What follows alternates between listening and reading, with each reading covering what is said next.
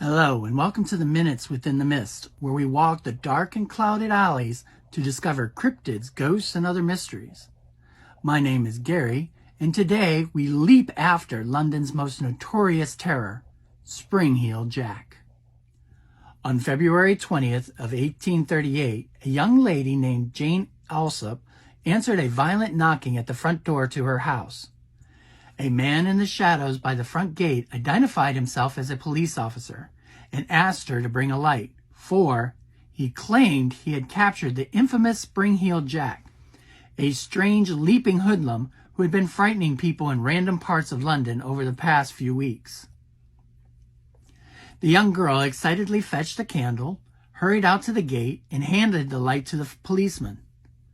Suddenly, the man threw off his cloak and grabbed the candle. The light reflected in his hideous face with eyes of red balls of fire. Jane reported that he wore a large helmet and a tight-fitting suit, but then he vomited out blue and white flames from his mouth.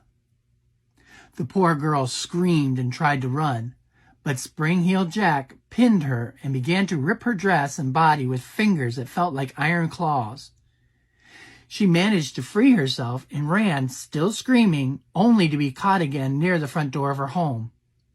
As Jack clawed at her face and neck and tore out patches of her hair, her father and sisters opened the door and dragged her inside. The fiend banged on the door until one of her sisters leaned out from an upstairs window and called for a policeman. Before the police could arrive, the demon man leaped over a fence and escaped, just as he had done multiple times before.